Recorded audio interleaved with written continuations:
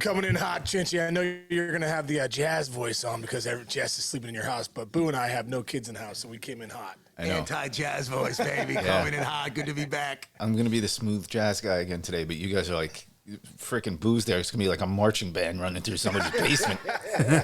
Hey, man, we've been so fired up to get Boo back on. But, you know, we all got busy lives and stuff. But thank God we had to get him before the playoffs, right? I mean, before the championship week, Boo. What do we got, boys?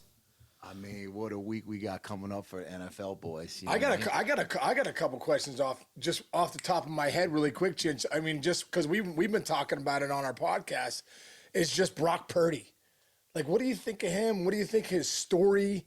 You know, I think that, you know, obviously the Niners are like, wow, we've found our guy. I almost feel like they found him like the Patriots found Brady.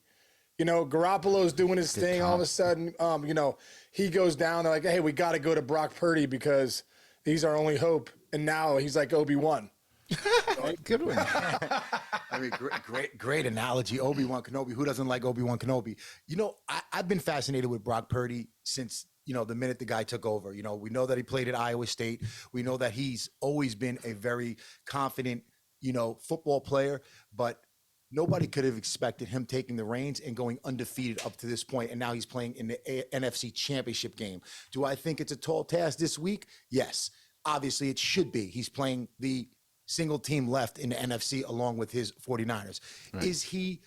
Is he made better by his, you know, that foundation and what the 49ers put in place? Yeah, but Trey Lance was taking over, and it wasn't like Trey Lance was setting the world on fire, and we know what San Francisco gave up.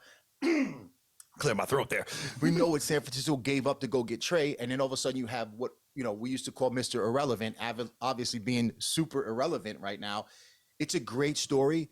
Last week was the first time a defense really put some strain on him, and he looked like an average quarterback. But I will say this, he did not turn the ball over. In a couple of those plays where he got out of trouble and just flung the ball away, that means something. Would you rather be Brock Purdy throwing the ball away or Dak Prescott throwing it to the other team? Okay, I'd rather have Brock Purdy not throwing the ball away. And I think any coach who puts a young quarterback in there, the first thing they worry about is just don't turn the ball over, man.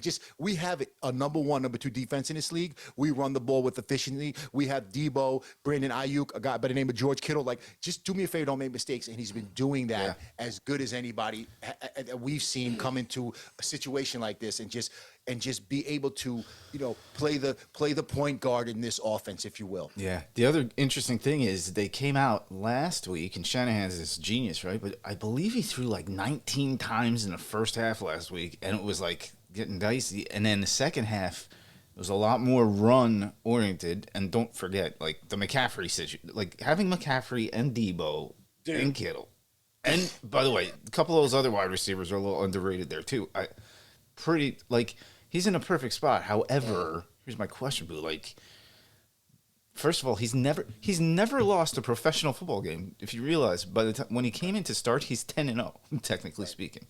Crazy. And now, though, they're playing arguably the most legit defense that he's ever played against, and they're playing in Philadelphia, where they used to throw snowballs at Santa Claus. So, what do you guys think about that? I think what's wrong with Philly? They got problems. You can't be throwing snowballs at Philly's Santa. just a little bit over, you know, jealous about their football team, if you ask me. I mean, when you're pelting Santa with snowballs, man, come on, man. You got to reevaluate what's going on in that stadium. I think, listen, coming into the playoffs, I actually had a couple of brackets and pools where, you know, I was going back and forth with Philly and San Francisco. And, you know, right now I do lean to Philly, seeing as Brock played like that fast, strong Dallas defense. I mean, they got some playmakers on that defense, and it made them look, you know, mediocre, if you will. But again, mediocre, you can still win games in football by being mediocre. When you run the ball well, when you have those guys, like you said, those position players that in Debo, Brandon Ayuk, Kittle, and obviously McCaffrey being able to catch the ball so well out of backfield, what an unbelievable weapon. So it really comes down to Shanahan being able to script up enough plays, because he is a great scripter of his first 10, 15 plays. And like you said last week, I think he overthought what he really wanted to do in terms of scripting by saying, hey, they know I like to run. I'm going to get this kid a couple good throws early, and that didn't transpire. And then he was like, okay, I'm in a battle. But it should be. These games should be like that, where it's a little bit of cat and mouse, a little bit of a chess match between coordinators and stuff, whereas the guys just go out there and they execute plays. I heard Peyton Manning say that adjustments aren't that important in terms of the players. But I don't believe that to be true in terms of the coaches, because the coaches are out there seeing everything that's going on, and they're the ones throwing the plays down. You just go out there and you execute them. So from a player standpoint, it's like, well, we don't really make those type of adjustments. Well, they're making them upstairs. They're just throwing them down to you, and you're just executing. So not to say that I know more than Peyton Manning, because I don't. I love him, but I just thought that was really interesting, because then I go back to a guy like Lou Anarumo, and I'm like, Peyton, nobody's been scoring on that team in the second half of every big game going back to last year. And all they did was go to the Super Bowl. All they did is punch Buffalo in the mouth again. Joe Cool looking like he just wants to take on the world. Cincinnati got kind of, a little bit screwed with the whole coin toss and stuff. They got a little chip on their shoulder. It was too much for Buffalo to handle. I think it's going to be too much for Kansas City to handle. Like that Bengal team, Joe Cool coming off the bus looking like he does. There's something about that team. And again, their defensive coordinator finds a way to shut you down in the second half. Yeah. That's not adjustments, Peyton. I don't know what that is, bro. You got to explain it to me. I'd have to talk to him. Case, like maybe you can call him. I don't know, Case. I don't know like that. Yeah. But I jumped kind of to Kansas City, and I jumped to Cincinnati. Yeah. You just lost me there. Yeah, I lost you. I know. Yeah, I was like, wait. And that's obviously, we went from Philly. That we can stay on that game, but I just no. We can go back to that game. I have other ideas to ask you guys after that. Let's keep this short preview on the Cincy and the Chiefs side, and then we can get global with the whole thing. All right. So here's the coolest thing. Listen to this. So Trey Wingo, I give credit for this because he found this article, and it's been out there, but I don't know. You might not have ever heard this, Sean. So when Burrow was like 9 or 10 years old or something, they were playing in a basketball game, like his middle school basketball game, and he scored like the last 9 points of the game. They were down by 8, and he did it in like a minute. And the coach, I believe, was also some sort of like criminologist, and like I don't know, studied like the science of criminals and all this and that. He tells Burrow's parents, he goes, "Listen, I got to tell you something. Your son's motor runs in a way that only like geniuses and serial killers, like serial like criminals work at." And he goes, "I'm saying this as a compliment, but I'm telling you, you need to pay attention." And the quote was, he's got the kind of heart rate that could be so low that he could walk into a burning building and save somebody and still have like a heart rate of like 50, or he could be, playing in a football game and have a heart rate of 50. That's why they call him Joe Cool, but it's like factual. His parents told the story when he was 9 years old. The guy was like, "You got to keep your eye on this kid because he's that calm." And there are very, very people in this world who are that calm all the time. Well, yeah, go ahead. I think back, Boo, like, when you talk about Joe Burrow, you talk about Patrick Mahomes, because we had talked about a couple years ago when he was in the Super Bowl. Yes, exactly. They said they had the Whoop watch on him, and that which looks at your heart rate, and they said his heart rate was so low on like the final drive or whatever, like when his heart rate probably should have been like ×5. Anyone else would have been just about to explode. His heart rate went down. So that's what I love about these two quarterbacks, and I think that's what makes these quarterbacks great. When you get to this level and you can perform at this level, I've been there just because of the World Series, knowing that World Series, that feeling of, oh man, I felt my heart rate go to a different level, and I was like, I got to get it down. I got to bring it down. Like this atmosphere, like I get the chills even talking about it. Man, I remember being in Detroit or St. Louis. It was just the atmosphere brings this adrenaline rush to your body in the playoffs that is so different, especially at this stage in the NFC, AFC championships. I know as the playoffs went on, division series to the championship series, we played Oakland, and then to the World Series, played St. Louis. I'm like, wow, man, this atmosphere just keeps amping up because the energy is real. So the energy in the crowd is real. That brings you. So I noticed that the best players in those games, when you look back, man, they were the guys that were the slowest. They were the guys that were really living in the moment. Yeah, no, there's a legendary story. You probably remember this, Boo. Remember the drive that Montana had in that one Super. So remember, they get into the huddle. There's only like something like 50 seconds left, and he turns he taps one of the linemen, and they're all in a huddle waiting for the bell. He taps one of the linemen, and he goes, "Hey, is that John Candy on the sidelines?" And everybody was like, "Bro, we got like 35 seconds," and then he just took him down the field and won. That's like one of the most legendary, playoff stories. That was a Super Bowl too. I'll add my 2 cents on this because I was and always have been a high energy, type person. So like, even as a young kid in those situations, No. Well, I'm the kidding.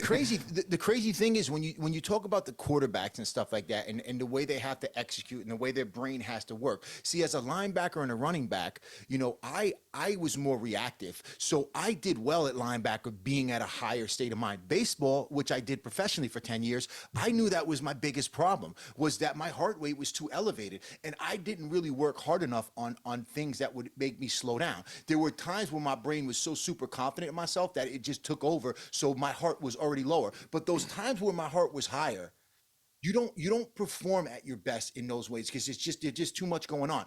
Do you have success in those? Yeah, sure. You can have success with a high heart rate, guys. We're not saying we don't. Brett Favre went out there with a high heart rate. He won himself the Super Bowl. That's the way he played. But things kind of have to break right for those guys. When you talk about Burrow, when you talk about the way you performed in the World Series, incredible World Series to this day, one of the best ever, Patrick Mahomes. Those guys somehow have that resting heart rate that it never really gets up there. So they're 5 years in a row in the AFC Championship game, Patrick Mahomes. I mean, okay, Andy Reid, you're a great coach. Something to be said about that. This dude performs on the biggest stages because he's calm, cool, and collected. Yeah, and I think there's something to be said about the skilled positions. When you look at baseball, it's a skill. You got to take a bat and put it on a ball in a high pressure situation.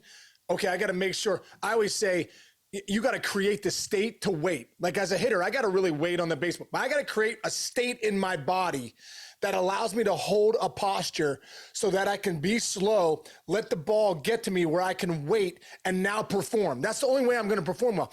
As a quarterback, it's a skill position. You're going through the cadences, right? You're looking at the coverage. You're seeing, do we have one-on-one on the slot? Do we have one, what do we got here? Are we in a zone defense? When you snap the ball, you got to turn your vision on. It's such a skill, right? Baseball is such a skill. I have to create a state to wait. Well, that quarterback has to create a state in his body where when he drops back, his vision turns on. So when he looks at everything and he goes, okay, I got this over here.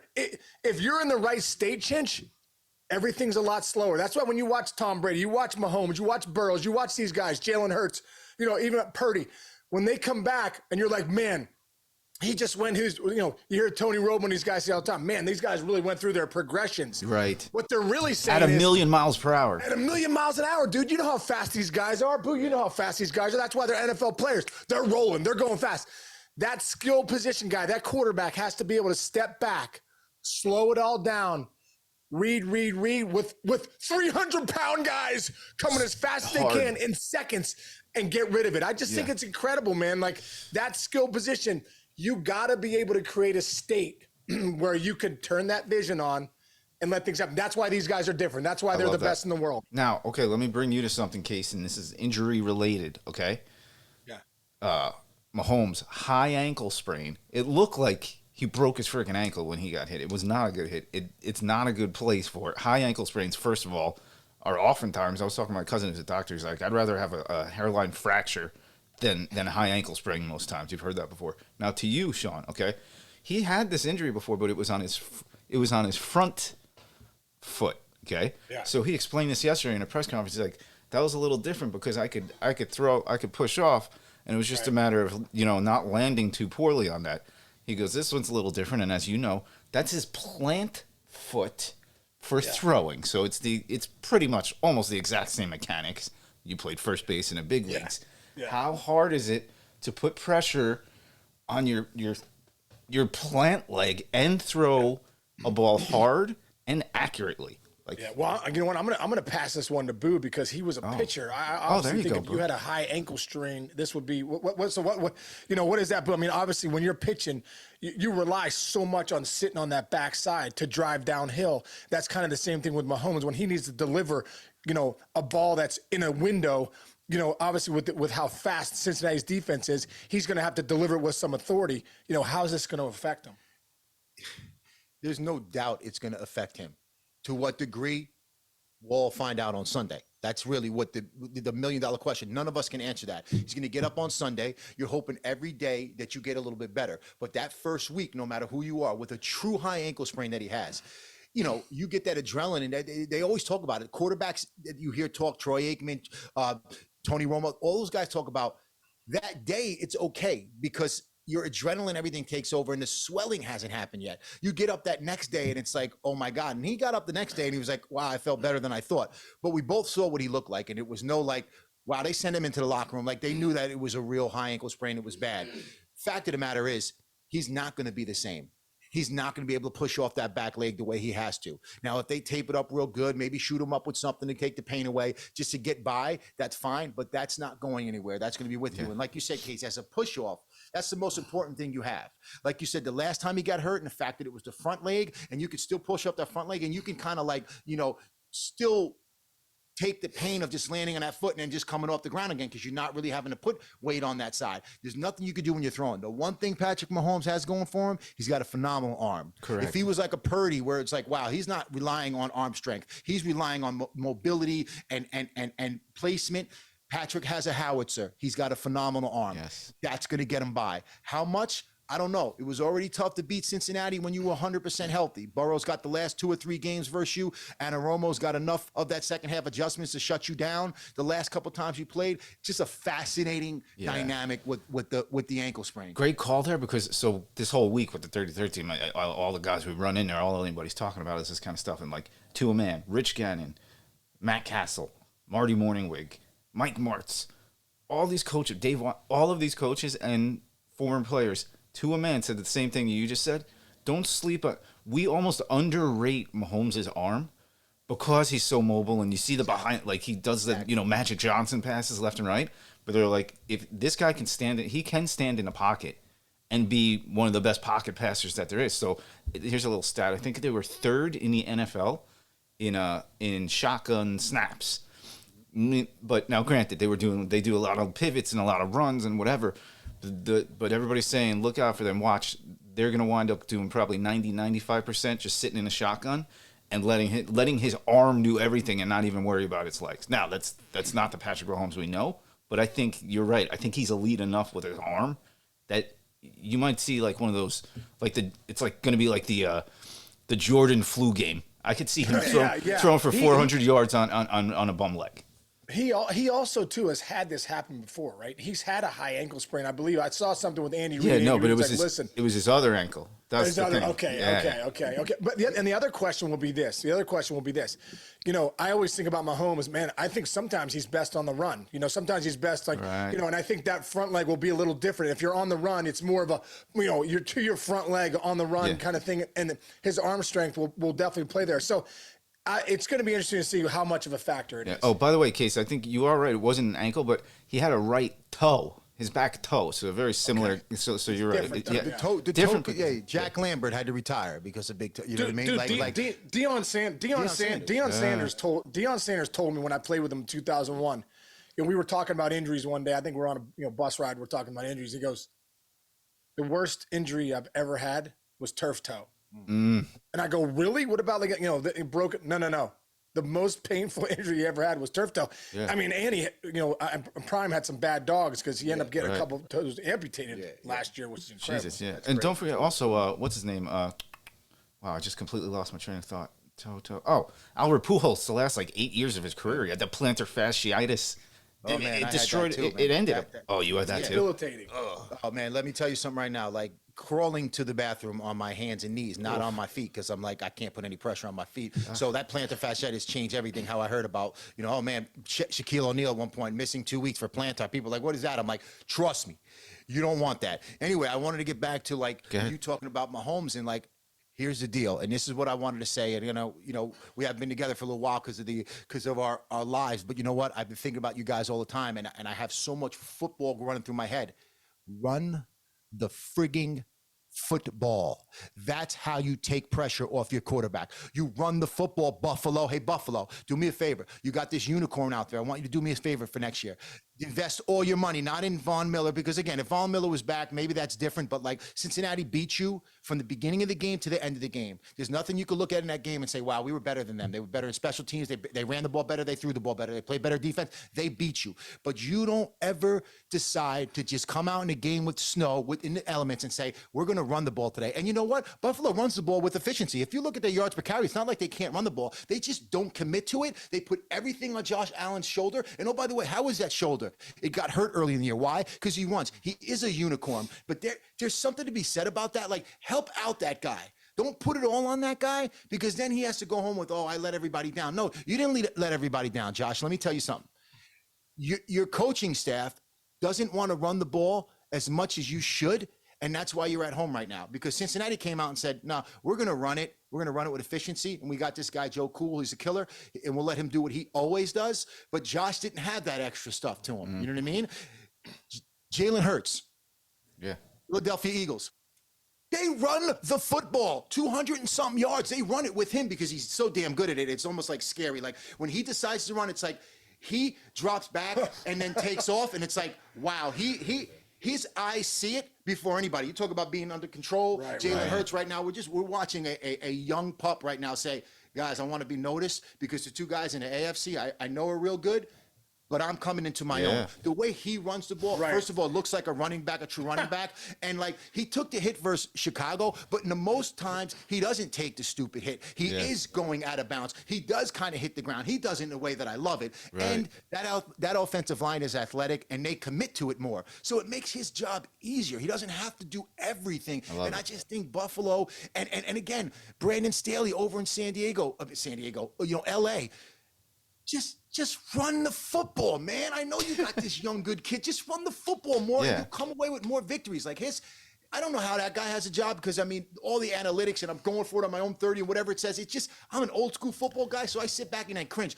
I don't know what they say in a 30-13 Chinch, but I just dropped that 30. You know, the boys in the background are saying it. Lambusi comes on. You know, I'm saying whatever they're saying all week about his arm strength.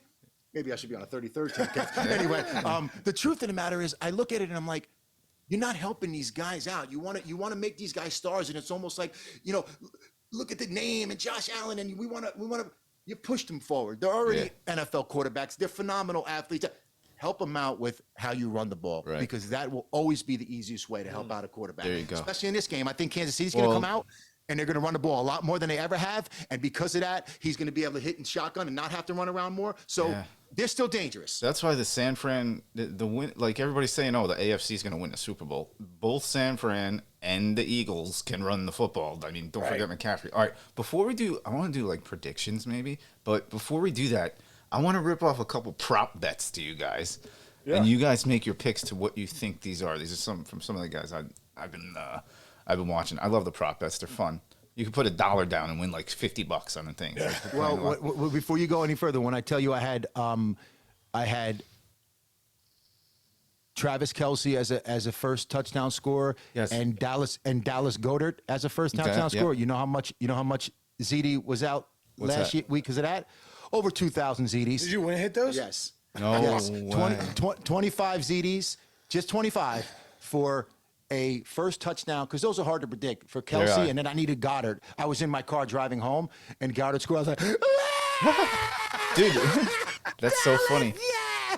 You know what I do? I put like, I don't like to gamble away, but like it's the same as getting lottery tickets, right? So what I do, those first touchdown scorer of the games, I'll put like $5 on 4 different guys, but make 2 of them like home runs. Yes. And normally, if you get that first, like the one guy, like Joe Mixon's always going to get you. If you bet $5, he's going to get you $25 if he scores the first touchdown, which odds are. But my other secret to it is I always take both quarterbacks in a game to score the first touchdown in a game, because almost once almost once a week, there's a freaking guy, either a wide receiver or a running back, who gets tackled at the 2 or the 1, and these quarterback sneaks where the guys can push you in the back now are like the biggest thing in football. So like I think I put $5 down once and won like $240 because it was some big ass quarterback who never runs. I think it might have been what's his name? Your guy in Pittsburgh. Like he wound up Ben? scoring a rushing first. No, Big Ben. No, Pickett. Pickett scored the first touchdown of the game on a sneak, and it paid out like $200. Well, a couple years ago, when I first actually started getting into those first touchdown scores, so you're getting good odds, and it's kind of fun at the beginning of the game. I had Mahomes. I rode Mahomes like through the playoffs, and he scored the first touchdown like 2 or 3 weeks in a row, like the AFC Championship game. And I like I said, I put $20. I was winning like $400 or $500 I know, like, it's on a amazing. $20 bet, and I was like, wow, this is so cool. But I'm not, like I said, I'm not a big gambler like that. But those first touchdown scores, if you get multiple guys, I saw an actual bet where somebody bet like $45 on the first touchdown score in the first week of the playoffs. They had everyone saw up until this. Justin Jefferson, and Justin Jefferson went down with the knee Was at the on one. a It was one. 44 for over $1 million. He had Yes. 5 first touchdown scores that he needed nailed. Jefferson? He needed Jefferson.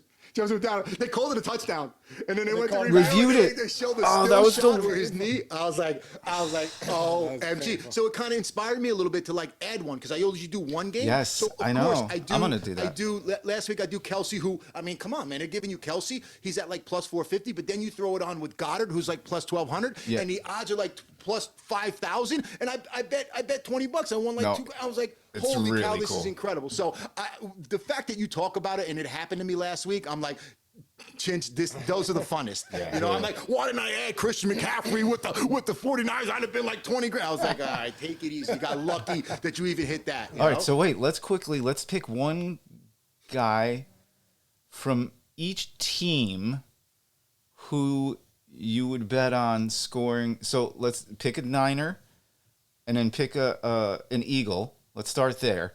Who will score the first touchdown of the game? Now, granted, you can you pick one or the other. Well, I would tell you for the odds, like you said, there's no way I'm not picking Jalen Hurts as one of them. I already have. I probably put down $100. I put down $20 bets. I've taken the first touchdown score in both of these games. I got Hurts with Kelsey. I got Hurts with Chase. I got Hurts so I took Hurts like 4 times in that first game with somebody different in the second game. I took him with Interesting. Kelsey. I took him with the guy in Cincinnati. Again, you could start getting a little, but if you're only doing $5, Chinch, and you got like $25-$30, you can combo a lot of players. So Yeah, I yeah. took Hurts, and then I took AJ Brown because he didn't score last week. He wasn't very involved, and he was a little bit like upset on the bench. Even though his team won, it was like, come on, AJ, you're better than that. But I know what it's like. It's a big game. You want to show out. Everybody else is having fun getting involved. So I got a sneaky feeling that AJ Brown might find the end zone nice. early with Jalen Hurts. How you like Whoa, that, whoa, Case? whoa, I Case, like that, I how you like that, I like baby? that. Yeah. what do you think, Casey? What do you think? Let's go in San that, Fran. in that game or Yeah. in all the games? We'll do that game first, and then we'll do In that. that game, I think Jalen Hurts is going to get in. I got. What do I got to do? I got to pick one. Pick one player on each team who you think could score the first touchdown of the game. Okay, I think Jalen Hurts is going to score the first touchdown, and I just think McCaffrey's going to be such a big part of this game. Yeah, I he'd be believe there. somehow they're going to hit him. They're going to hit him on a little screen pass, and he's going to take it 55 yards to the house. Yeah, I like a tell Debo. you- I like a Debo reverse every once in a while too. Running from the 8. I like I love Debo as a first time. He gives you decent odds, but Kittle too. Kittle, guys, yeah. guys. The one common denominator with all these first touchdown scores, tight ends. Dalton that's a Schultz. good one. Oh, my God. I had Schultz the week earlier. I didn't team him up correctly because I went with Debo, and it wound up being McCaffrey or somebody else. But like a Kittle, who by the way, Purdy looks to in the middle of that field. saved his And even ass though- last week. Yeah, even though it saved him, even though. Who's Philly stronger? Philly strong on the outside, Bradbury and the other guy. Where they might be a little bit weaker in that middle. What are you gonna do? Well, you got Debo coming in the middle sometimes. You got Ayuk coming in the middle. You got Kittle coming in the middle. So kind of think about that. Nice, I like it. All right, I'm gonna give you mine on the for the Chiefs. A couple guys I'd be looking at. One would be McKinnon, and the other one would be Tony, because I think if he can't run himself and he can't do those things, those little like whip screens or those little kind of like shovel things within the 10-yard line, when Mahomes is not going to jump out of the pocket and try to dive for the end zone, those are two guys that, first of all, he's been looking at them. That's my thought on that. What do you guys think? Case, I'm going to jump in right ahead, here. go ahead. I love that thought, especially Tony, because like you said, those gadget plays that he has already designed, and you're not asking Mahomes to do anything besides catch it, pitch it, boom, quick toss out to the side, especially down there near the goal line. I got a sneaky feeling, like I said, they're going to try to run the ball, so I'm kind of looking at Pacheco, who, again, as your starting running back, you're always like, I don't know, but I think Pacheco plays this week. He runs Pacheco's hard. never been a guy where it's like, oh my God, you look at him, he's getting like 4.5 yards per chunk. It's just the fact that Kansas City loves to throw the ball with healthy Mahomes. So Pacheco never gets that 20, 25 carries. He's hovering 14, 15, 18 at the most. I think this week they get him up over that 20 carry threshold. I know that Cincinnati's looking for it, but Cincinnati's not that strong against the run, but Reader can really like screw that up and make you go in negative type plays. So it's just fascinating. Now, by the way, one last point on that. This is a little gambling tip I've learned. It's like, so let's just say 25. You want to put $25 to try to win 400 on one of those guys?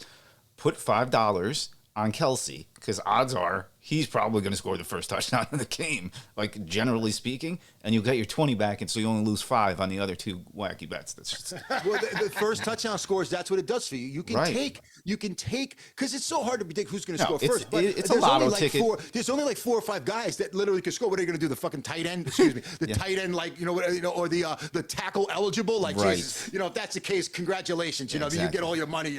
Vegas. But you got 3, 4, 5 guys that usually are going to be able to score. So, like you said, take that sure bet with one of those guys that can score, and then get a couple of your long shots in there. I think I 2 guys pop into my head, and I could be totally off, but I think Jamar Chase. I think they're going to take a shot early. I think Burrow is going to have to lean on him during the game.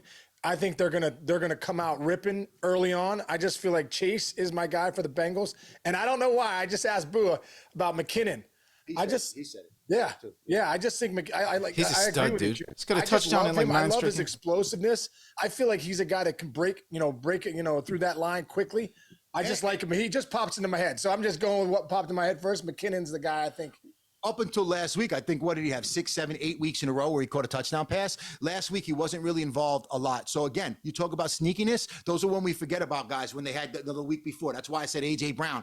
McKinnon case, I love McKinnon because, I say Pacheco because I think they're going to run the ball. Well, he's in there at the goal line too, McKinnon. And again, like you said, one of those quick little bangs, like he gets those passes and stuff down by the goal line when he's looking down, he's just dumping it down. So McKinnon is definitely a guy you got to keep your eye on. Yeah, the 2 other guys on the Bengals side. First of all, this is where I would definitely do a Burrow because he's playing in the biggest game of his life, and he doesn't run too much, but I can see him from the 8-yard line on 3rd and goal just headbutting his way into the end zone if he had to. And that's probably going to be like, 2,200 odds, whatever. Anyway, and then the other guy is, I'm sorry, forgetting the tall wide receiver on the T. Higgins.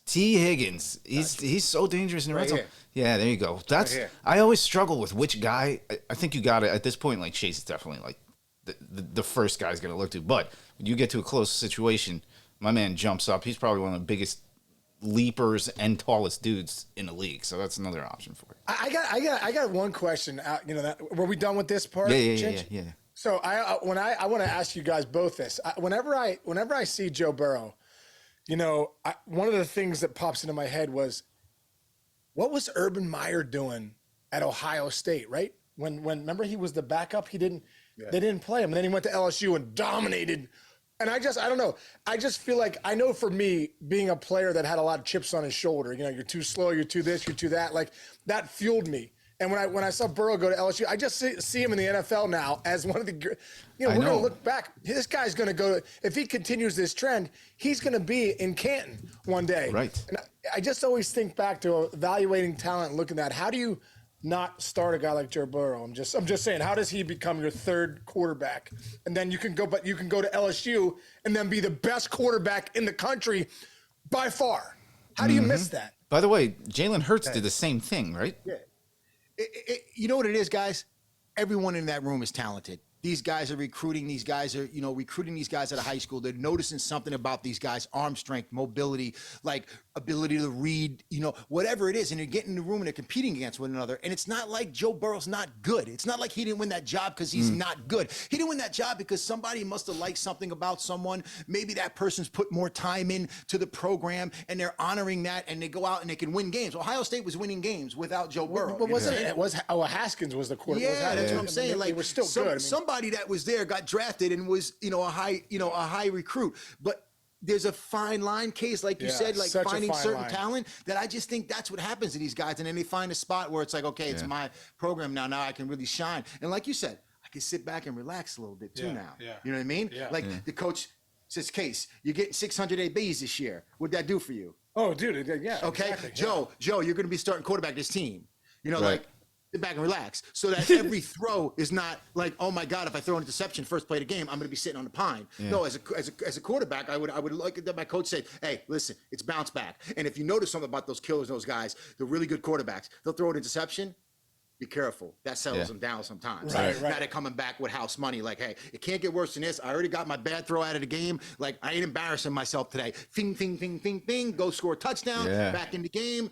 These are the quarterbacks that win football. No, again, but you talk about like what builds you into who you are, right? The Hurts, very similar story case. Hurts was, now the difference was, talk about recruiting, he was backing up Tua. And so, but think about what's on his head. Everybody's talking about this guy. I'm just as good. Well, this guy's our guy. This guy's our guy. Fine. I'm going to get better. I think he had accuracy issues. He went backed up, and got his accuracy better, and then he transferred. And now he's guys, we have 3 MVP finalists as quarterbacks and the Rookie of the Year finalist as the 4th quarterback in these playoffs. It's one of the most dynamic, like, championship weekends, and they're all babies. They're all kids. Like, Mahomes is like the oldest dude in the postseason. It's funny. All year we talked about Brady, we talked about Rodgers, we talked about these other guys. Ben Roethlisberger retires last year. It's like the new wave is coming, boys, and they're here to stay. Yeah. These guys are all young studs, killers. They got the attitude for it. They want to win. I mean, Joe Burrow gets off the bus. I know we call him Joe Cool, but I mean, his face is this. Yeah. Like, I'm not wavering from this face until after the game when I tell you the window's my career. Yeah. My favorite quote of any person playing football right now is, well, Joe, how long do you think this window is going to be open for the Cincinnati Bengals? He was like, it's my career. Yeah. And like, he's not kidding. He's looking at you like, don't ask me that question. As long as I'm taking snaps under center for this team, we got a chance to win a championship. And I believe him. And in case it sucks because I'm a Steeler fan and we got to you're chase in trouble. that. You know what I mean? There's another quote. Somebody goes, "Oh, what do you feel like being an underdog in this game?" I think that was last week before going into Buffalo, and he looked dead-eyed and he goes, Dead at him. "I'm never an underdog." I was like, "Oh, let's go!" Dude, it's that. You know what? It's that serial killer coming out in a healthy way. In a healthy way. This guy's a genius and a serial killer. Okay, because it's true. Coming to absolutely. I don't know if it's coming out in a healthy way. It's just coming out in his way right now. I gotta give. It doesn't make him look like a serial killer. It's just because it's not like he's looking at people with that stare like, how dare you ask me that question? Be careful. Don't go to sleep tonight. I gotta give Trey Wingo. Trey Wingo had the greatest line at the end of that when he told that story. He goes, "We're just all very lucky that somebody put a football in this kid's hand because we could be talking about the next Dexter." I thought that was a great line. All right, anyway, this is great. This has been great. We needed you back, Boo. All right, let's do game predictions. Let's start in the NFC. Give me a score.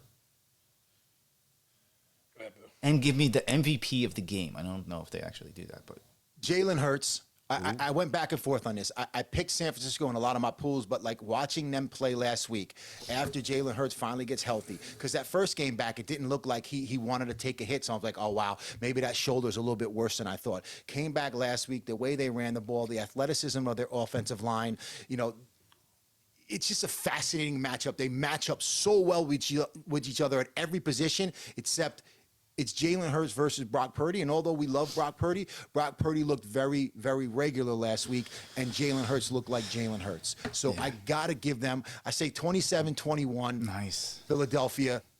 Would it surprise me, San Francisco? Everybody can say that. No, it wouldn't surprise me. And I do have more reasons I want San Francisco to win. Now, looking at it, I just looked at those games last week and I said, nah, Philly at home, there's a toughness to that team. There's something about the levels of that team. They're going to be tough to beat playing their game on there. And again, we haven't seen Brock on the road in a game like this. We've seen him on the road versus the Raiders, in a close game where they pulled it out. We haven't seen him in Philadelphia with the chips on the line in this type of atmosphere. Yeah, by the way, if you're talking betting lines, it's Philly -2.5, over 46.5. So you just basically said, I'm taking Philly and the over. Just thought about that.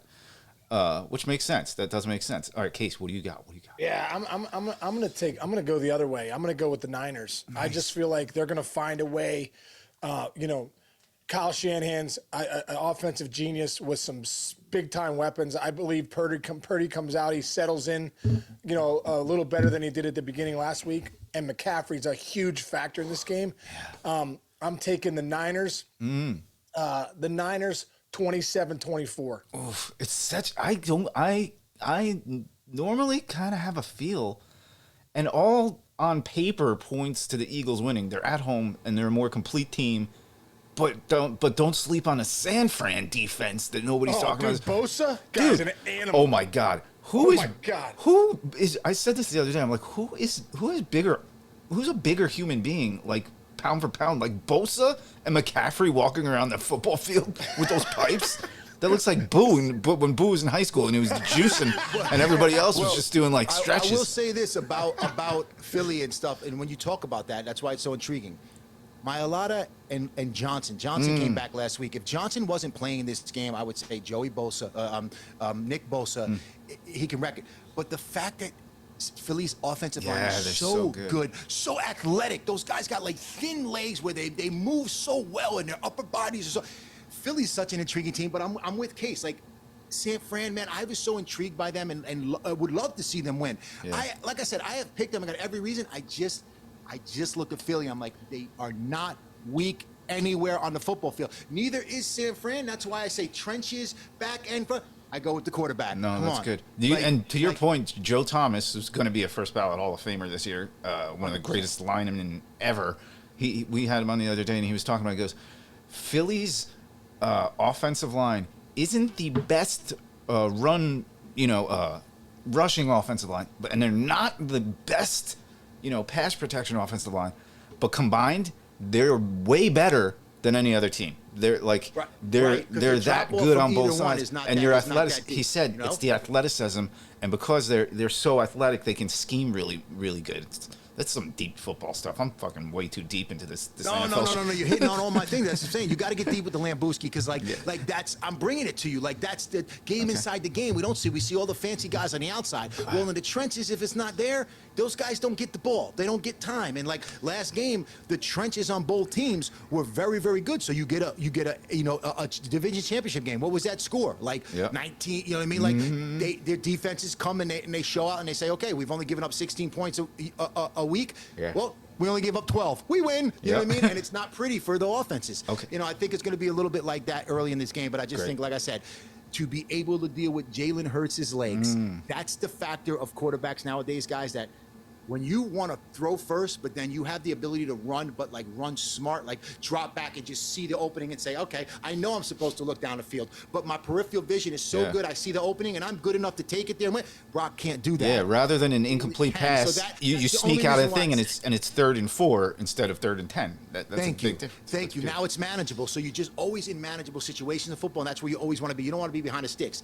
Now let's hit the other game because there's a guy that gets behind the sticks in Joe Burrow and Patrick Mahomes, who many times when it's 3rd and 10, you can't assume that it's not going to be a first down. Those guys find a way to get 10-yard chunks and get you first downs. This game, I'm picking the Cincinnati Bengals because I have them picked. They were the team that I thought all along. I'm like, they're like the forgotten team that represented the Super Bowl. Correct. For the AFC last year. What has changed? Not anything besides them being hungrier, them being like, we're behind Kansas City, we're behind Buffalo. Well, we just went and smacked Buffalo in their hometown with all the things that they had going on. Everybody was a great story. They just smacked them. It's supposed to be a Buffalo game. That was a Buffalo game. Oh, yeah. Cincinnati came in and said, no, we're going to take over the stadium. It's a great story with DeMar. We love him. We send our best. Everything, in Buffalo, you guys have had all this. We don't care. We're on a mission. Joe Cool's like, I'm sorry about all this, and I don't want to ruin anybody's, holidays and stuff. We're the ones being slept on, and it shouldn't happen. And then when you look at Patrick Mahomes' injury, that just helps me just wait. You just don't know what Patrick is going to be. If you don't know what Patrick is going to be, give me Joe Burrow and the Cincinnati Bengals. 28-23. 28-23. That gives you 40. Okay, so you are a half point under. the over under is 47-45. You got it at 47. So you're technically taking the under. Bengals are giving 1 point. All right, Case, what do you got? I think there's some vulnerability in the Chiefs when I watch them play. I think they've just gotten by in a few games this year. You're like, man, they look like they should be dominating, but they're just getting by with certain teams. And I feel like listen, I think Mahomes is going to come out and be really good. So, will the injury affect him? I think it might affect him a little bit, like you talked about, maybe, with the running a little bit and getting outside the pocket. But he's still going to be really good, no doubt about it. Joe Burrow, I just feel like he's going to another level right now. And like I said, what Boo just said, I think they're getting better. I think it's a better team than they even had last year when they lost in the Super Bowl. And there's a chip on their shoulder. I feel like Cincinnati goes into Kansas City. They come out on top. Burrow will be slinging it. It's going to be 31-24 Bengals over the Chiefs. All right, now one last thing. Take all the analytics out of it. Okay, take all the stats and take all our picks just now out of it. Who are you rooting for? Who do you want? Like, what would be in your mind the Super Bowl where the two teams you were really kind of rooting for are in a Super Bowl this year? I'm rooting for the Bengals. I must admit, the Cincinnati in me. Oh yeah, I forgot. I forgot you're city, dude. I'm you're the rooting for mayor. that city and those fans, man. And they love the sports there, and I just love. I'm always rooting for the Reds, but I'm rooting for the Bengals because just love that city. So, and Joe Burrow, I love what he brings to the table. So I'm rooting for the Bengals. And dude, I love Christian McCaffrey for whatever reason. I just like the way he plays the game. I like his grind, his grit. I like the passion he brings. I love his versatility. For me, he's like a Bryce Harper kind of guy. Yeah. Bryce Harper for me is must see TV. If he's on TV, I'm watching. There's something about Bryce Harper. Is he the best player in the game? He's really, really good. He's really close. But McCaffrey's that kind of guy for me. So I'd like to see McCaffrey and Burrow in the Super Bowl.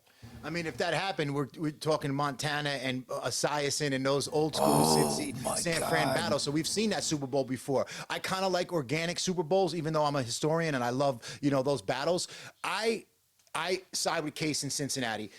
This goes back to my love for my roots. I'm an AFC North guy. When you take out my team and you represent my division, I roll with you. And then again, during the season, I don't like Cincinnati. We play them. I don't like Buffalo. But when they're representing for your division and you want to talk about the toughest division in football, I ride with Cincinnati. It's that simple to me. Plus, I'm over the Chiefs. They've had their mountaintop. I love Andy Reid. I do love Patrick Mahomes. Travis Kelce is the unicorn of tight ends. My fantasy love for him goes far beyond anybody else's. But the fact of the matter is, they've had their shots. I want Cincy to bring it home. And on the other end, I got a lot of friends that are Giants fans. They hate the Eagles fans. I know. My one buddy, lived in Philadelphia. I work with Dustin Worthman. If you're out there, give you a quick shout out, my brother. He's going to the game this week. He just had a baby girl. I want to see his happiness continue. So for that reason alone, I roll with the Philadelphia Eagles, man. Yeah. See, I'm the complete opposite. I don't give a shit about anybody else, and I hate the freaking Eagles. And I love McCaffrey, and I love Debo, and I love the story there. I don't think San Fran's gonna beat them, but I'm technically rooting for San Fran. And you guys sold me. Your points were both great. One, coming back the year after you got to a championship is probably one of the most difficult things to do in any sport case, right? Any sport in the world. So hard. And they got better, and it's the same guys. It would be really cool to see Mixon and they've all been playing together for a few years. Just as those are not that's now your family, your best friends. Burrow's parents and Chase's parents are best friends, right? Aren't they? Don't they party together and everything? Yes, and they've been on the bottom for a long time. Yeah, it's cool. A long time. That's true. Before this group got together. So it's man, they were just the John Kitna years, so 8-8 records. They couldn't get their quarterback right, Rodney Pete, this guy, that guy. They got it right, and they're a different football team than what we think of the Cincinnati Bengals for years. All right. Well, what we do know is we are excited. This is great. Thank God we got Boo in here, Case. We needed to get this done. We needed to get all this football off our chests.